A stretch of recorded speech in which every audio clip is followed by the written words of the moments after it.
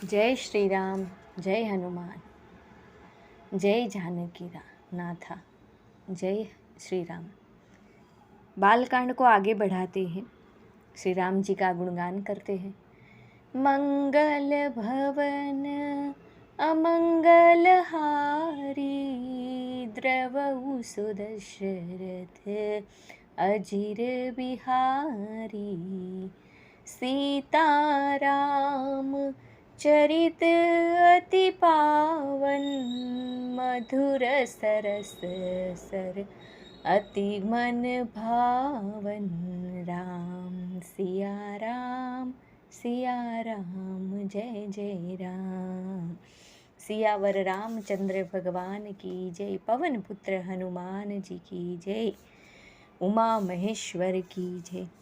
बालकांड को आगे बढ़ाते हैं। अंत में पहुँचे थे हम यहाँ पे पहुँचे थे कि सुकृति जनों के, साधुओं के और श्री राम नाम के गुणों का गान ही विचित्र जल पक्षियों के समान है। संतों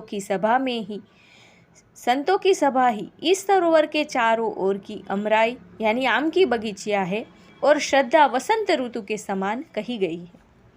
नाना प्रकार से भक्ति का निरूपण और क्षमा, दया तथा दम लताओं के मंडप है। मन का निग्रह, यम नियम ही उनके फूल है, ज्ञान फल है और श्री हरि के चरणों में प्रेम ही इस ज्ञान रूपी फल का रस है, ऐसा वेदों ने कहा है। इस रामचरितमानस में और भी जो अनेक प्रसंगों की कथाएं हैं, वे ही इसमें तोते, कोयल आदि रंग बिरंगे पक्षी हैं।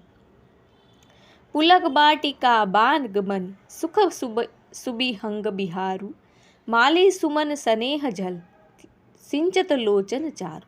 कथा में जो रोमांच होता है वही वाटिका, बाग और वन है, और जो सुख होता है वही सुंदर पक्षियों का विहार है। निर्मल मन ही माली है, जो प्रेम रूपी जल से सुंदर नेत्रों द्वारा उनको सिंचता है। जे गावही यह चरित संभारे, ते ही ताल चतुर रखवारे। सदा सुनहि सादर नर नारी, ते सुरबर मानस अधिकारी। जो लोग इस चरित्र को सावधानी से गाते हैं वे ही इस तालाब के चतुर रखवाले हैं, और जो स्त्री पुरुष सदा आदर पूर्वक इसे सुनते हैं वे ही इस सुंदर मानस के अधिकारी यानी उत्तम देवता है। जो अति दुष्ट और विषयी है वे अभागे बगुले और कौवे हैं, जो इस सरोवर के समीप नहीं जाते, क्योंकि यहाँ इस मानस सरोवर में घोंगे, मेढक और सेवार के समान विषयी रस की नाना कथाएं नहीं है। इसी कारण बेचारे कौवे और बगुले रूपी विषयी लोग यहाँ आते हुए हृदय में हार मान जाते हैं, क्योंकि इस सरोवर तक आने में कठिनाइयाँ बहुत है। श्री राम जी की कृपा बिना यहाँ नहीं आया जाता, यानी श्री राम जी की कृपा बिना इस मानस सरोवर में कोई नहीं आ सकता, कोई ये कथा का लाभ नहीं ले सकता। घोर कुसंग ही भयानक बुरा रास्ता है। उन कुसंगियों के वचन ही बाघ, सिंह और सांप है। घर के कामकाज और गृहस्थी के भांति भांति के जंजाल ही अत्यंत दुर्गम बड़े बड़े पहाड़े। यदि हम मन से इच्छा रखें और चाहे तो ये दुर्गम पहाड़ को त्यज के थोड़ी देर भी रामचरितमानस की कथा का पान कर सकते हैं। मोह, मद और मान ही बहुत से बिहड़ बन है और नाना प्रकार के कुतर्क ही भयानक नदियाँ हैं। जिनके पास श्रद्धा रूपी राह खर्च नहीं है और संतों का साथ नहीं है और जिनको श्री रघुनाथ जी प्रिय नहीं, उनके लिए यह मानस अत्यंत ही अगम है। ये अर्थात यह श्रद्धा, सत्संग और भगवत प्रेम के बिना कोई इसको नहीं पा सकता। जिनके पास श्रद्धा है, अटूट विश्वास है, वही इस मानस का पान कर सकता है।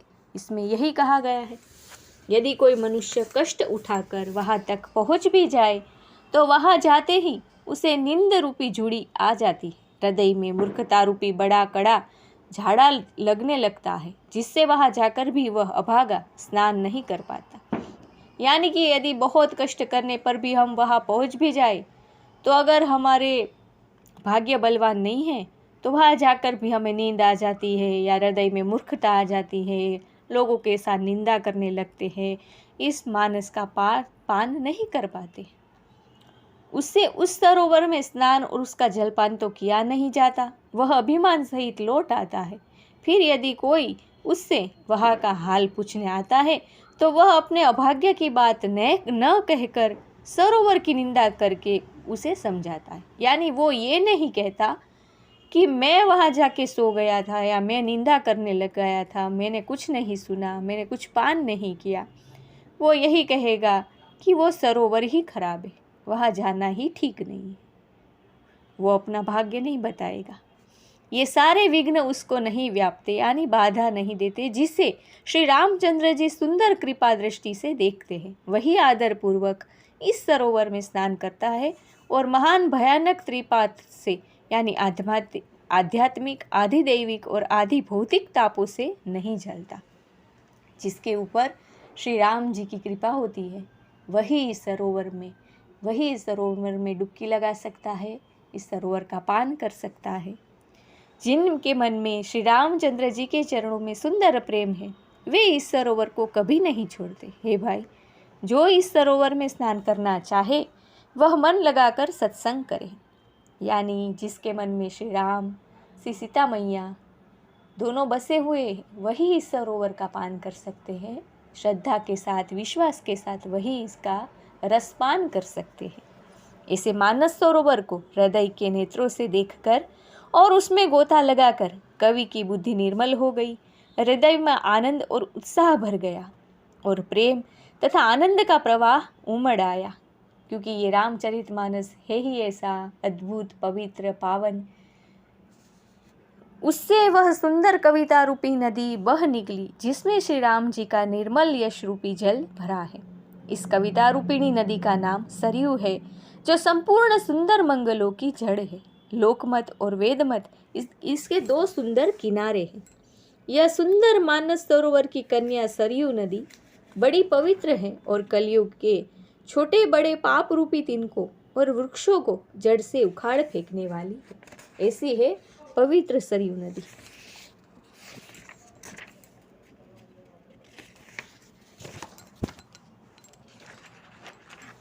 तीनों प्रकार के श्रोताओं का समाज ही इस नदी के दोनों किनारों पर बसे हुए पूर्वे गांव और नगर है और संतों की सभा ही सब सुंदर मंगलों की जड़ अनुपम अयोध्या जी है। सुंदर कीर्ति रूपी सुहावनी सरयू जी राम भक्ति रूपी गंगा जी में जा मिली। छोटे भाई लक्ष्मण सहित श्री राम जी के युद्ध का पवित्र यश रूपी सुहावना महानद सोन उसमें आ मिला। दोनों के बीच में भक्ति रूपी गंगा जी की धारा ज्ञान और वैराग्य के सहित शोभित हो रही है। ऐसी तीनों तापों को डराने वाली यह तिमुहानी नदी राम स्वरूप रूपी समुद्र की ओर जा रही है। इस कीर्ति रूपी सरयू का मूल मानस श्री रामचरित है और यह राम भक्ति रूपी गंगा जी में मिली है, इसलिए यह सुनने वाले सज्जनों के मन को पवित्र कर देगी। इसके बीच बीच में जो भिन्न भिन्न प्रकार की विचित्र कथाएं हैं, वे ही मानो नदी तट के आसपास के वन और बाग है। तुलसीदास जी ने बहुत ही अद्भुत वर्णन किया है इस मानस यानी रामचरितमानस की कथा का, सरयू नदी का, तट पर आने वाले भिन्न भिन्न प्रकार की विचित्र कथाएं क्या है, इन सब का। श्री पार्वती जी और शिव जी के विवाह के बाराती इस नदी में बहुत प्रकार के असंख्य जलचर जीव है। श्री रघुनाथ जी के जन्म की आनंद बधाइयाँ ही इस नदी के भंवर और तरंगों की मनोहारता है। सरयू नदी के अंदर जो जो व्याप्त है उन सभी को श्री रामचरितमानस के साथ बहुत ही अद्भुत प्रकार से जड़ित करके इसमें प्रस्तुत किया है। यही इसमें बताया जा रहा है। चारों भाइयों के जो बाल चरित्र है वे ही इसमें खिले हुए रंग बिरंगी बहुत से कमल हैं। महाराज श्री दशरथ जी तथा उनकी रानियों और कुटुंबियों के सत्कर्म यानी पुण्य ही भ्रमर और जल पक्षी है। श्री सीता जी के स्वयंवर की जो सुंदर कथा है वही इस नदी में सुहावनी छवि छा रही है अनेकों सुंदर विचारपूर्ण प्रश्न ही इस नदी की नावें हैं और उनके विवेक युक्त उत्तर ही चतुर केवट है। सुनी अनुकथन परस्पर होई, पथिक समाज सोह सरि सोई। घोर धार भृगु नाथ रिसानी, घाट सुबद्ध राम बरबानी। इस कथा को सुनकर पीछे जो आपस में चर्चा होती है वही इस नदी के सहारे सहारे चलने वाले यात्रियों का समाज शोभा पा रहा है। परशुराम जी का क्रोध इस नदी की भयानक धारा है और श्री रामचंद्र जी के श्रेष्ठ वचन ही सुंदर बंधे हुए घाट है। भाइयों सहित श्री रामचंद्र जी के विवाह का उत्साह ही इस कथा नदी की कल्याणकारिणी बाढ़ है जो सभी को सुख देने वाली है। इसके कहने सुनने में जो हर्षित और पुलकित होते हैं वे ही पुण्यात्मा पुरुष है जो प्रसन्न मन से इस नदी में नहाते हैं। यानी कि रामचरितमानस का पान करना श्री सरयू झील में स्नान करने जैसा पुण्यवान है। जो राम से प्रीति रखते हैं वो हर वक्त मानस में स्नान करते हैं। श्री रामचंद्र जी के राज तिलक के लिए जो मंगल साज सजाया गया वही मानो पर्व के समय इस नदी पर यात्रियों के समूह इकट्ठे हुए हैं। कई की कुबुद्धि ही इस नदी में काई है जिसके फलस्वरूप बड़ी भारी विपत्ति आ पड़ी है। संपूर्ण अनगणित उत्पातों को शांत करने वाला भरत जी का चरित्र नदी तट पर किया जाने वाला जप यज्ञ है। कलयुग के पापों और दुष्टों के अवगुणों के जो वर्णन है वे ही इस नदी के जल का कीचड़ और बगुले कौए हैं। यानी जो पापी लोग हैं, दुष्ट है, जो पाप भाव से यहाँ पे गए थे वे सब इस नदी के जल का कीचड़ और बगुले बताए गए हैं। यह कीर्ति रूपिणी नदी 6 ऋतुओं में सुंदर है। सभी समय यह परम सुहावनी और अत्यंत पवित्र है। इसमें शिव पार्वती का विवाह हेमंत ऋतु है। श्री रामचंद्र जी के जन्म का उत्सव सुखदायी शिशिर ऋतु है। श्री रामचंद्र जी के विवाह समाज का वर्णन ही आनंद मंगलमय ऋतुराज वसंत है। श्री राम जी का वनगमन दुस्सह ग्रीष्म ऋतु है और मार्ग की कथा ही कड़ी धूप और लू है। राक्षसों के साथ घोर युद्ध ही वर्षा ऋतु है जो देवकुल रूपी खान के लिए सुंदर कल्याण करने वाली है। रामचंद्र जी के राज्यकाल का जो सुख, विनम्रता और बड़ाई है वही निर्मल सुख देने वाली सुहावनी शरद ऋतु है। सती शिरोमणि श्री सीता जी के गुणों की जो कथा है वही इस जल का निर्मल और अनुपम गुण है। श्री भरत जी का स्वभाव इस नदी की सुंदर शीतलता है जो सदा एक सी रहती है और जिसका वर्णन नहीं किया जा सकता। भरत जी के गुण का कोई वर्णन नहीं कर सकते, इतना निर्मल और पवित्र है। चारों भाइयों का परस्पर देखना, बोलना, मिलना, एक दूसरे से प्रेम करना, हंसना और सुंदर भाईपना इस जल की मधुरता और सुगंध है। मेरा अर्थभाव, विनय और दीनता इस सुंदर और निर्मल जल का कम हल्कापन नहीं है, अर्थात अत्यंत हल्कापन है। यह जल बड़ा ही अनोखा है जो सुनने से ही गुण करता है और आशा रूपी प्यास को और मन के मेल को दूर कर देता है। यह जल श्री रामचंद्र जी के सुंदर प्रेम को पुष्ट करता है, कलयुग के समस्त पापों को और उससे होने वाली ग्लानि को हर लेता है, संसार के जन्म मृत्यु रूप श्रम को सोख लेता है, संतोष को भी संतुष्ट करता है और पाप, ताप, दरिद्रता और दोषों को नष्ट कर देता है। यह जल काम, क्रोध, मद और मोह का नाश करने वाला और निर्मल ज्ञान और वैराग्य को बढ़ाने वाला है। इसमें आदर पूर्वक स्नान करने से और इसे पीने से हृदय में रहने वाले सब पाप ताप मिट जाते हैं। जिन्होंने इस राम सुयश रूपी जल से अपने हृदय को नहीं धोया वे कायर कली काल के द्वारा ठगे गए।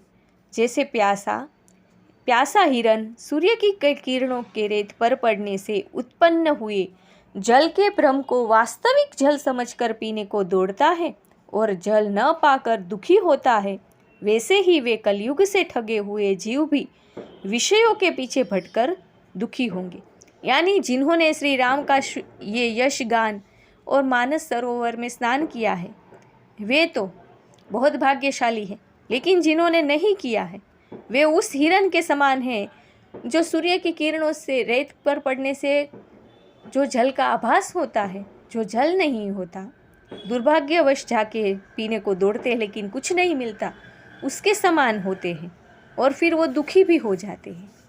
अपनी बुद्धि के अनुसार इस सुंदर जल के गुणों का विचार कर उसमें अपने मन को स्नान कराकर और श्री भवानी शंकर को स्मरण करके कवि तुलसीदास सुंदर कथा कहता है। अब रघुपति पद पंकरहु हिय धरि पाई प्रसाद कहूँ, जुगल मुनि बर्य कर मिलन सुभग संवाद।